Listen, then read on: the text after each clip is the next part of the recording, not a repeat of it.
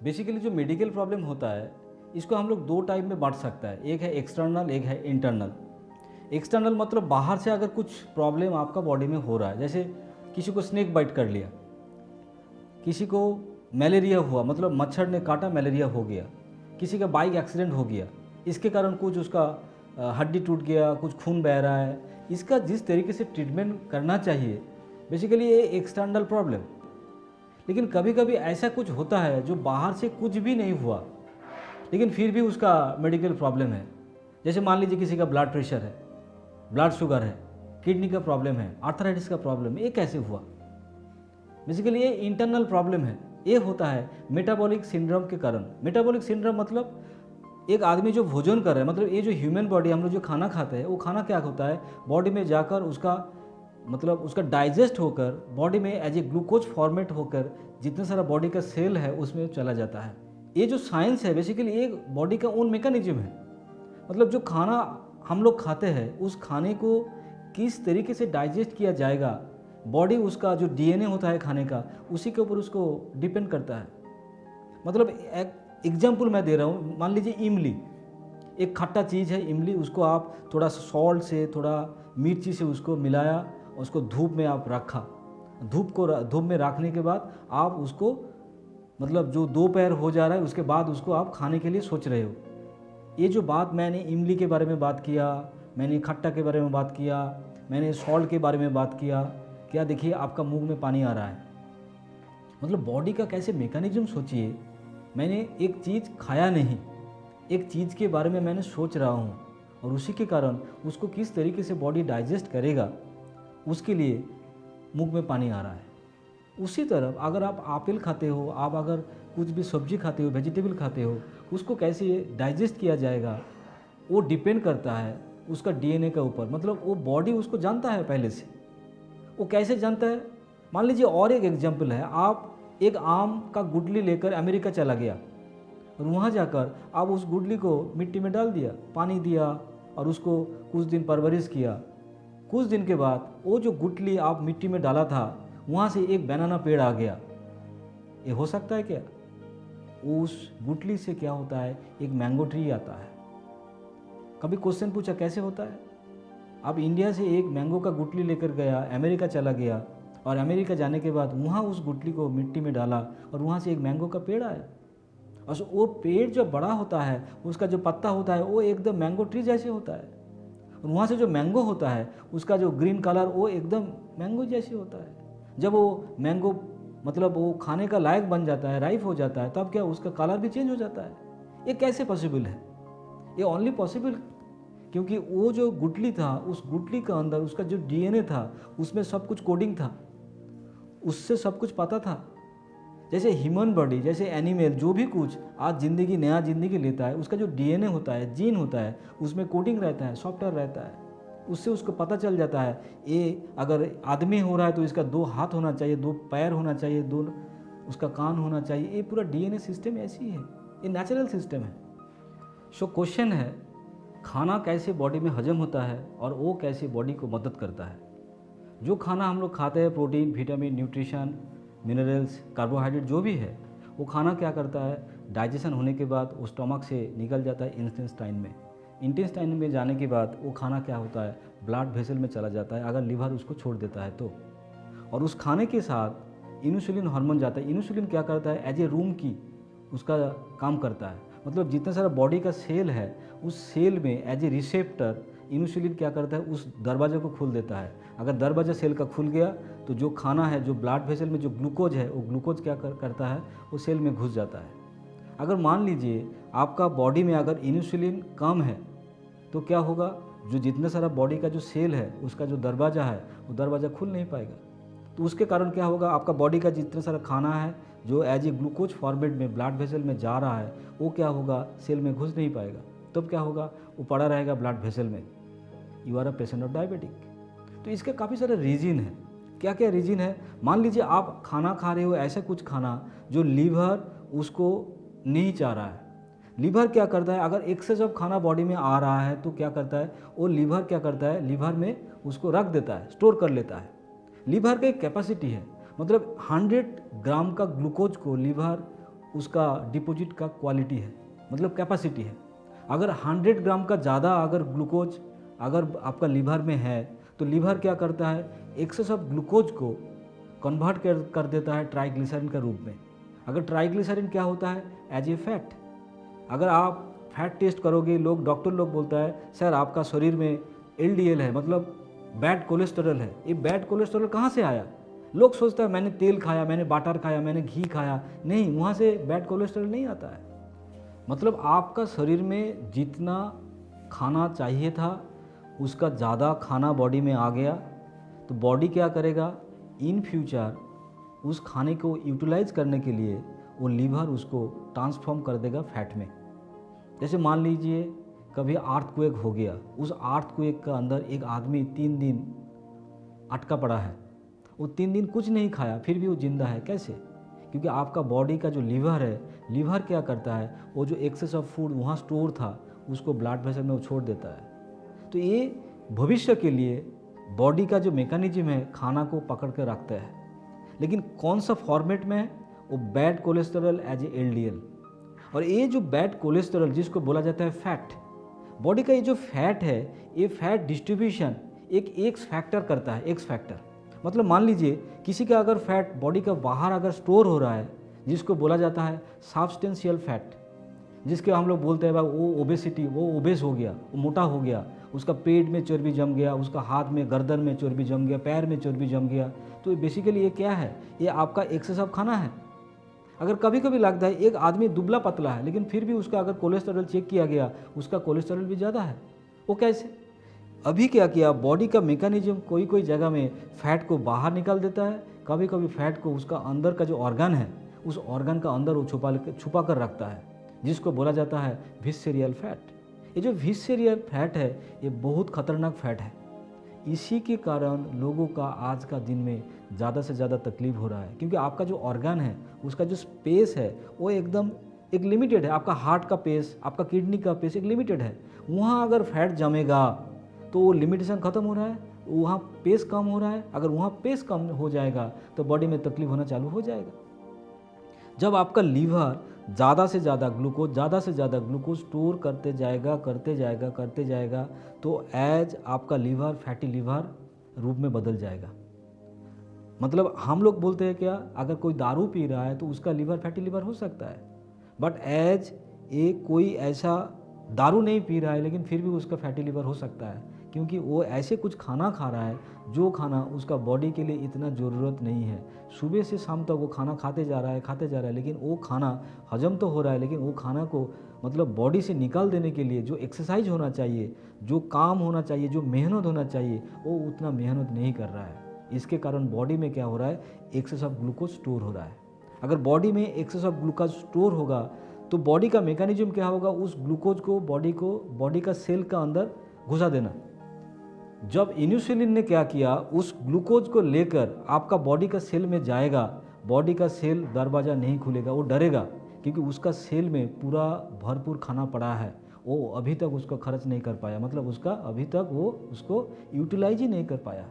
अगर यूटिलाइज नहीं हुआ, ऐसा ग्लूकोज सेल में पड़ा है, फिर भी सेल में और भी ग्लूकोज आ रहा है, अगर ऐसा सिचुएशन आएगा तो बॉडी क्या करेगा, आपका बॉडी में इंसुलिन रहते होकर भी वो रिस्पॉन्स नहीं करेगा, जिसको बोला जाता है इंसुलिन रेजिस्टेंस क्वालिटी। मतलब आपका बॉडी में अगर इंसुलिन रेजिस्टेंस हो जाएगा, अगर ऐसी क्वालिटी, ऐसा टाइम, ऐसा सिचुएशन, अगर ऐसा 3-4 साल आपका बॉडी में ये सिचुएशन रहेगा तो आपको प्री डायबिटिक कहलाया जाएगा। मतलब इसका अगर ट्रीटमेंट आप अभी से नहीं करोगे तो आप धीरे धीरे 3 साल के बाद, 4 साल के बाद डायबिटिक पेशेंट बन जाओगे। That is called type 2 diabetes. अगर किसी का टाइप 2 डायबिटीज़ हुआ तो डॉक्टर क्या करता है, उसको इंसुलिन कैप्सूल देता है, इंसुलिन टैबलेट देता है। मतलब मान लीजिए बॉडी में इंसुलिन ऑलरेडी है लेकिन फिर भी डॉक्टर ने इंसुलिन दे रहा है, मतलब बॉडी में और भी कितना खराबी चीज़ होना चालू हो जाएगा। बॉडी का सेल उसका खाना जो है, ग्लूकोज जो उसको खर्च नहीं कर पा रहा है। आपका बॉडी में ब्लड ग्लूकोज पड़ा है, उसको इंसुलिन लेकर जा रहा है ब्लड सेल में, आपका बॉडी का सेल में, लेकिन वो खर्चा नहीं हो रहा है। इसके लिए क्या होगा, आपका बॉडी में एक मतलब जो सिस्टम है उस सिस्टम में गड़बड़ी आ जाएगा। अगर सिस्टम में गड़बड़ी है तो क्या होगा, आपका ब्लड प्रेशर बढ़ जाएगा। अगर आपका ब्लड प्रेशर बढ़ जाएगा तो वो हार्ट के ऊपर प्रेशर डालेगा। आपका अगर बॉडी में शुगर ज़्यादा बढ़ जाएगा तो आपका जो ब्लड होगा वो क्या होगा, थोड़ा गाढ़ा हो जाएगा। अगर थोड़ा गाढ़ा हो जाएगा तो ब्लड वेसल में जाने के लिए उसका तकलीफ होगा। जितना सारा माइक्रोवैस्कुलर सिस्टम है आपका, क्या होता है, वो आँख का जो रेटिना है, आपका ब्रेन में जितना पतला जो सेल होता है उसमें क्या होगा, वो अटक जाएगा, चिपक जाएगा। इसके कारण क्या होता है, आपका आँख का जो प्रॉब्लम होता है वो चालू हो जाता है। किसी का ब्रेन का प्रॉब्लम चालू हो जाता है, किसी का किडनी का प्रॉब्लम चालू हो जाता है। क्यों किडनी का प्रॉब्लम चालू हो जाता है? क्योंकि ब्लड में अगर कुछ कचरा है तो किडनी का काम है उसका तुरंत कचरे को निकालो। एक किडनी का कैपेसिटी होता है, वो कितना दिन में कितना कचरा निकलेगा। आपका ब्लड में इतना कचरा है, इतना ग्लूकोज है, वो क्या करेगा, और भी ज़्यादा काम जब करना चालू कर देगा, धीरे धीरे देखिए उसका जो कैपेसिटी है वो कैपेसिटी ख़राब हो जाएगा। क्योंकि एक कैपेसिटी में बॉडी में चलता है। आप एवरीडे उसके ऊपर दवाई डाल रहे हो, एवरीडे आप उसके ऊपर एक्सेस कैलोरी दे रहे हो, तो बॉडी का जो क्वालिटी है वो हीलिंग प्रोसेस वो कर नहीं पाएगा। बॉडी पूरा दिन में खाना डाइजेस्ट करते करते थक जाएगा। तो इसी के कारण आप जब भी कुछ खाना खा रहे हो तो आपका गैस एसिडिटी हो जा रहा है। अगर आप ज़्यादा कुछ खाना खा रहे हो आपका डायबिटिक हो जा रहा है। अगर डायबिटिक आपका बॉडी में एक बार हो गया, आपका अगर लीवर फैटी लीवर बन गया, तो उसी के कारण आपका किडनी रिलेटेड प्रॉब्लम, आपका आर्थराइटिस रिलेटेड प्रॉब्लम, आपका मैक्रो वैस्कुलर रिलेटेड प्रॉब्लम, मतलब बॉडी में सब कुछ प्रॉब्लम चालू हो जाएगा। आप डॉक्टर के पास जाओगे, डॉक्टर क्या बोलेगा, एक टेस्ट कर लो, वो बोलेगा आपका शरीर में LDL है, मतलब बैड कोलेस्ट्रॉल है। वो कोलेस्ट्रॉल दवाई आपको दे देता है। कोलेस्ट्रॉल कैसे कम हो सकता है? इट्स पॉसिबल, क्योंकि कोलेस्ट्रॉल बना रहा है आपका खुद का बॉडी। अगर आप बाहर से उसको दवाई आप खाओगे और दवाई के साथ आपका जो खाना है वो खाना को अगर आप सही मात्रा में खाते जाओगे तो दवाई कुछ ही काम नहीं करेगा, उल्टा आपका बॉडी का ऊपर एक रिएक्शन चालू हो जाएगा। तो 1-2 साल के बाद, 4 साल के बाद, 5 साल के बाद वो दवाई फिर भी काम नहीं करेगा। तो मेन जो मैकेनिज्म है इस बॉडी का, जितना आपको एनर्जी चाहिए उतना ही खाना आपको खाना पड़ेगा। अगर एक्सेस खाना बॉडी में आप डालते जाओगे तो बॉडी फैटी लीवर बन जाएगा। अगर फैटी लीवर बॉडी बन जाएगा, आपका लीवर फैटी लीवर बन जाएगा, तो वो क्या करेगा, वो कोलेस्ट्रॉल को स्टोर कर लेगा। हो सकता है बाहर, हो सकता है बॉडी का अंदर। अगर वो कोलेस्ट्रॉल बॉडी से निकल नहीं जाएगा तो आप कुछ भी दवाई बाहर से दोगे, कुछ भी तकलीफ सॉल्व नहीं हो सकता है। इसके कारण आपका हार्ट अटैक, आपका स्ट्रोक, आपका किडनी फेलियर, सब कुछ यही बीमारी से। मतलब जो खाना आप खाते जा रहे हो डे टू डे लाइफ में, जो खाना को जोरिब नहीं कर पा रहे बॉडी, क्योंकि उसको पहचान ही नहीं है। Pizza, butter, burger, chicken, mutton, milk, इस खाने को बॉडी पहचानते नहीं है। ये कौन सा खाना है, कहाँ से आया, इसका क्या रिफॉर्म है। एक एप्पल को जानता है, क्योंकि एप्पल से देखने से आपका आँख से उसको पता चलता है एप्पल है, क्योंकि Apple also belongs from nature, you also belongs from nature. तो ये नेचर के लिए नेचुरल खाना पहले से ही ऊपर वाला बना कर रखा है। एक गाय के लिए रखा है, एक कुत्ता के लिए रखा है, एक भैंस के लिए रखा है, एक टाइगर के लिए भी रखा है, मनुष्य के लिए भी, आदमी के लिए भी रखा है। लेकिन आदमी क्या कर रहा है, जो खाना उसको नेचर ने दिया था उस खाने को तोड़ मोड़ करके, उसको और भी दूसरा कुछ करके, उसको नया तरीके से, उसका जो DNA था वो DNA को तोड़ के बॉडी में जब डाल जा रहा है, बॉडी उसको पहचान ही नहीं पा रहा है। इसके कारण बॉडी में क्या हो रहा है, एक सिस्टम डिसऑर्डर चालू हो जा रहा है। अगर आपका बॉडी जो है इसको अगर सही करना पड़ेगा तो आपको आपका जो खाना है इस खाने को सही करना पड़ेगा। दवाई लेकर आपका ये जो मेटाबॉलिक सिंड्रोम रिलेटेड प्रॉब्लम है ये सही नहीं हो सकता है। अगर मेटाबॉलिक सिंड्रोम रिलेटेड प्रॉब्लम है तो आपको क्या करना पड़ेगा, कैलोरी काउंट करके खाना पड़ेगा, एवरीडे एक्सरसाइज करके वो जो एक्सेस ऑफ कैलोरी है उसको बॉडी से निकालना पड़ेगा और सही मात्रा से खाना पड़ेगा।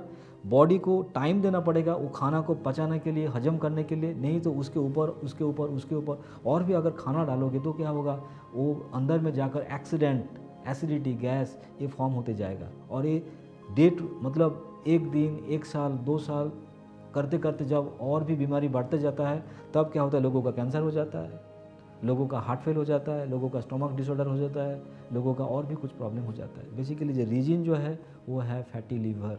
सो जब भी आपको इस तरीके से कुछ मेडिकल प्रॉब्लम महसूस होगा, मान हो सकता है वो ब्लड प्रेशर, हो सकता है वो डायबिटिक, हो सकता है किडनी रिलेटेड प्रॉब्लम, हो सकता है आपका stomach related problem, indigestion related problem, cancer related problem, आप सोच सकते हो आपका बॉडी में इंसुलिन रेजिस्टेंट बन गया।